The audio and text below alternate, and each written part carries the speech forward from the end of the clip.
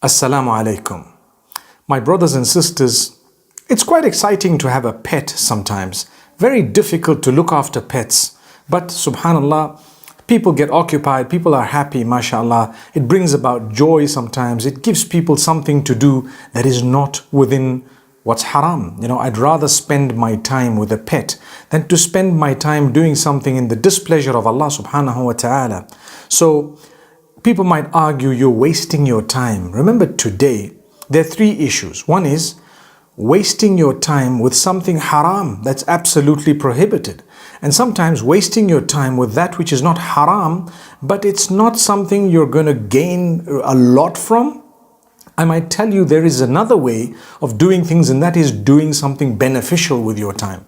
So if you're doing something beneficial, you're going to have a good reward. If you're doing something that is neither beneficial nor is it harmful, then it's okay, but you still could have used your time a little bit better. But if you're doing something that is destructive, it is wrong. So I'd rather have a pet.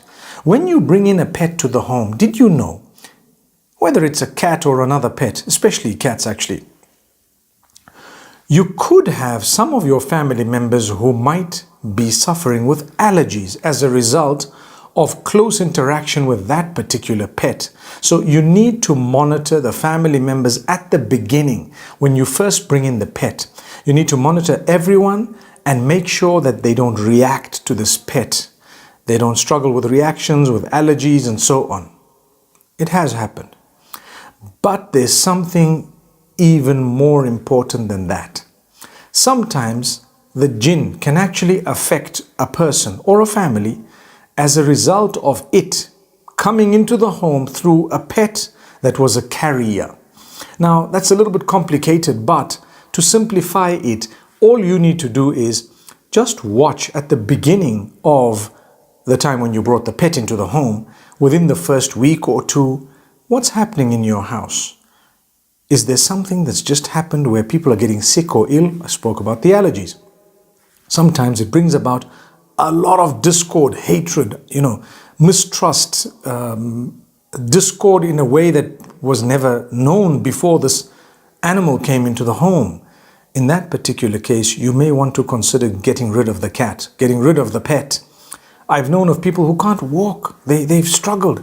They actually can't even sleep thereafter sometimes. If that is the case, you might want to consider getting rid of the pet or replacing that pet with another. This is something very important. And the reason is we have a few pets. And I've known of others who've had pets. Every time, just monitor it. Just make sure that, subhanallah, you have looked into the issue of allergies and also the issue of other items.